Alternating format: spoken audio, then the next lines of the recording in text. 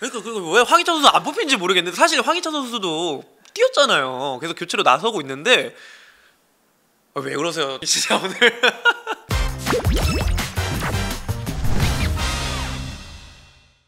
이번 대표팀 명단에서 이제 가장 눈에 띄는 선수라고 하면 바로 이 옌스 카스토르프 선수를 꼽을 수 있을 것 같습니다.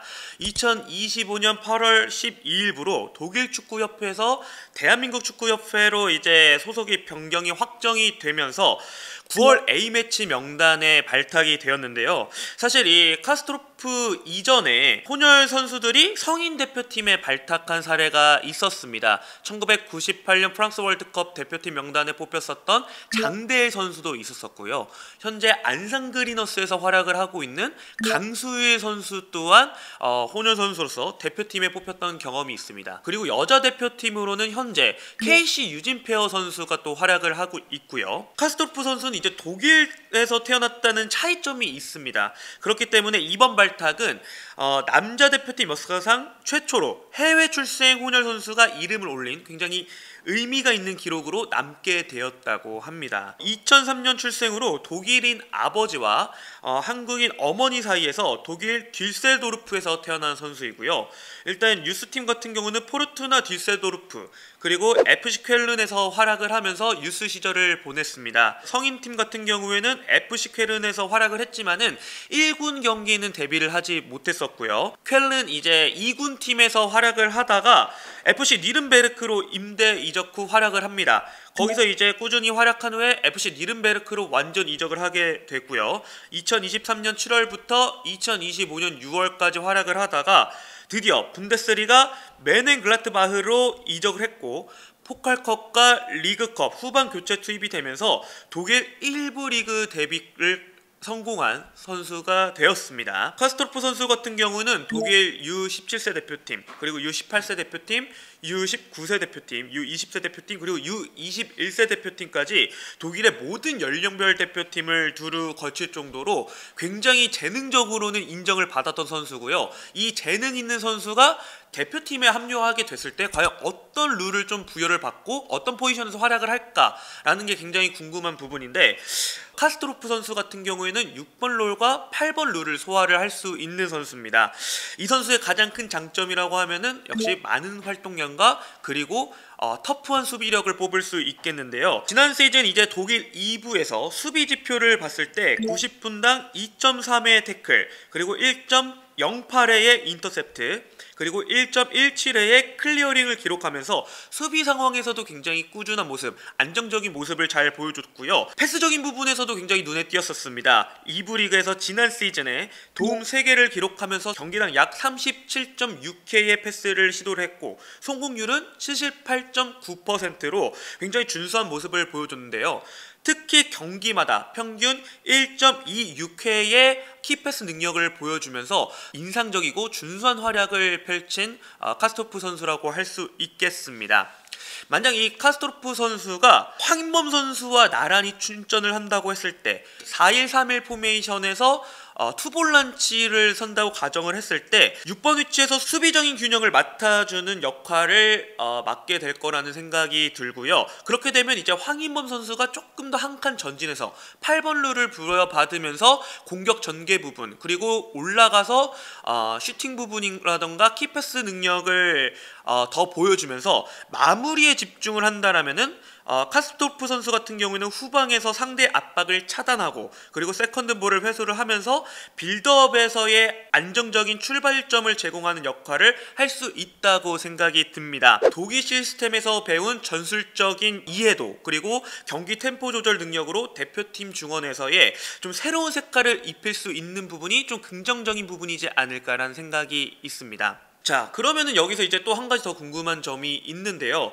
바로 이 곧바로 대표팀 주전을 차지를 할까? 이런 부분들이 많이 얘기가 나올 수 있을 거라는 생각이 들어요. 근데 제 개인적인 생각은 우선 아직 이 카스토르프 선수가 굉장히 어린 선수고 이번이 첫 대표팀 차출이기 때문에, 그리고 아무리 이제 독일 연령별 대표팀을 걸쳤다고 하더라도 성인 대표팀은 이번이 처음이고, 독일에서 대한민국 국적이 바뀌었고 문화도 바뀌었고 환경도 바뀌었고 또 언어 자체가 바뀌었기 때문에 아직까지 이 선수에게 좀 시간이 많이 필요하다는 생각이 들고요.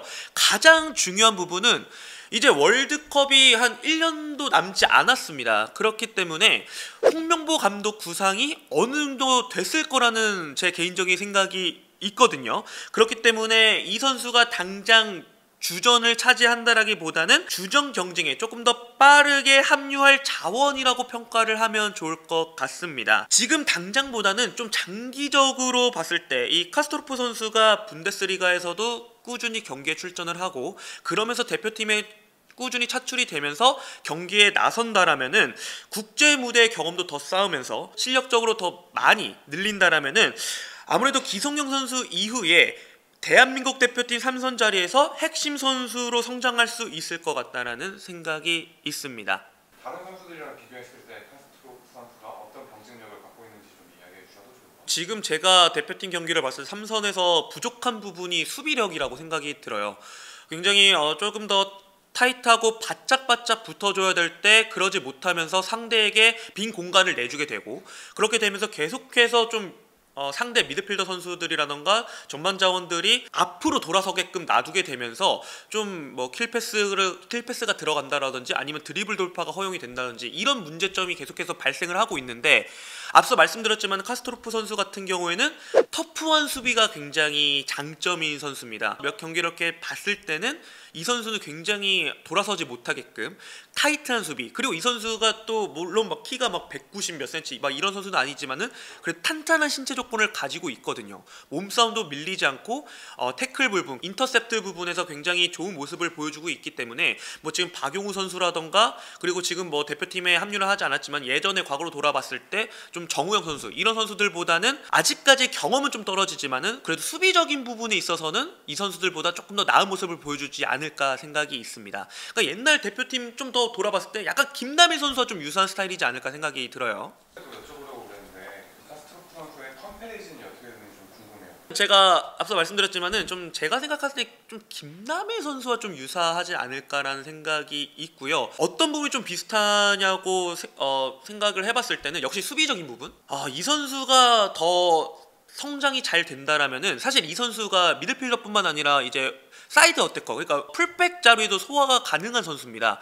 그렇기 때문에 유틸리티라는 그런 장점이 있는 선수이기 때문에 김남일 선수와 같은 스타일에서 더욱더 성장을 한다라면은 이제 유상철 선수까지 조금 성장할 수 있지 않을까. 왜냐면 유상철 선수도 이제 미드필더 포지션도 봤었고 물론 스트라이커 포지션도 봤었고 정말 골키퍼를 제외하고는 전 포지션을 봤던 선수지만은 풀백 자리도 소화를 했었고 미드필더 자리를 소화하면서 굉장히 멀티플레이어적인 모습을 많이 보여줬었는데, 카스토르프 선수도 잘만 성장한다라면은 김남일 선수와 유상철 같은 선수로 성장을 하지 않을까라는 생각이 있습니다. 포지션상의 컴패리즌으로 따지면 조원희 선수랑 제일 가까운 거 아니에요? 그렇네요. 이거에 조원희 형 있긴 했었네요. 조원희 선수가 있었었는데 그렇죠. 조원희 선수랑도 좀 같은 결이라고 볼 수 있겠고요.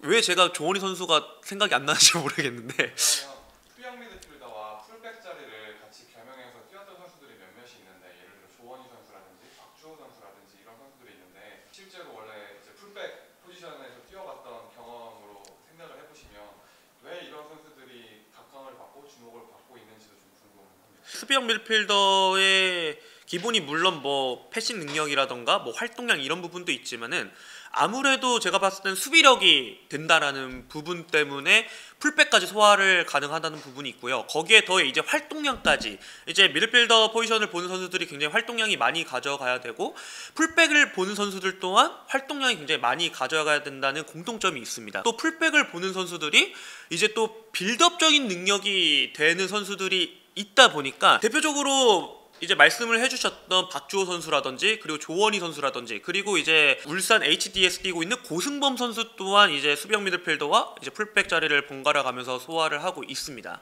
그래서 주전의 경쟁력이 있다, 없다. 어렵네요. 어려운 질문을 너무 많이 주시는데 1년 근데 이거는 좀 하나 가정을 좀 하고 넘어가야 될 것 같은데, 제일 중요한 거는 사실 이번 대표팀에 황희찬 선수가 빠지지 않았습니까?